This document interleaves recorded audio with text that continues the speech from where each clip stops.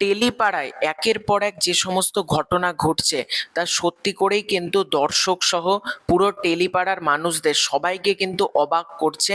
হ্যাঁ, আজকের এই ভিডিওতে তোমাদেরকে একটা আপডেট শেয়ার করব জি বাংলার জনপ্রিয় ধারাবাহিক তারে ধরি ধরি মনে করি থেকে, এবং এই আপডেটটা শুনে অনেকে হতাশ হবে এবং অনেকে কিন্তু চমকেও যাবে। কি আপডেট সবটাই তোমাদেরকে আজকের এই ভিডিওতে জানাবো।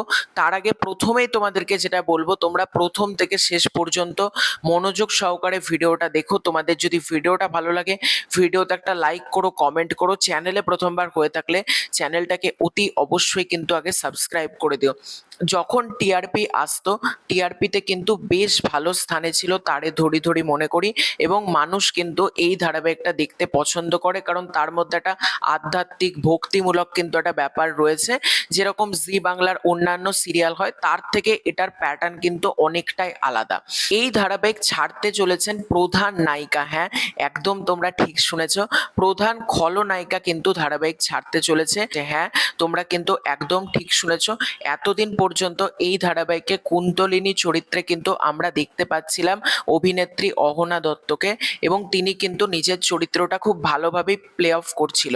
এখানে একটা ঘটনা ঘটেছে, সেটা হচ্ছে বহুদিন ধরে কিন্তু এই ধারাবাহিকে অহনা দত্তকে দেখা যাচ্ছে না।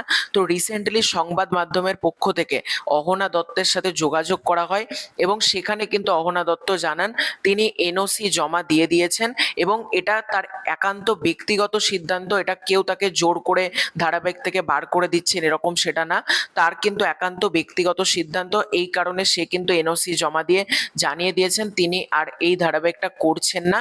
এবার তার জায়গায় নতুন কোনো খলনায়িকাকে আমরা দেখতে পাই কিনা সেটা একটা দেখবার মতন ব্যাপার হবে। তবে অভিনেত্রী অহনা দত্তকে অনেকেই কিন্তু মিস করবে, এটা কিন্তু সত্যি একবারে, কারণ উনি কিন্তু প্রচন্ড ভালো অভিনয় করতেন।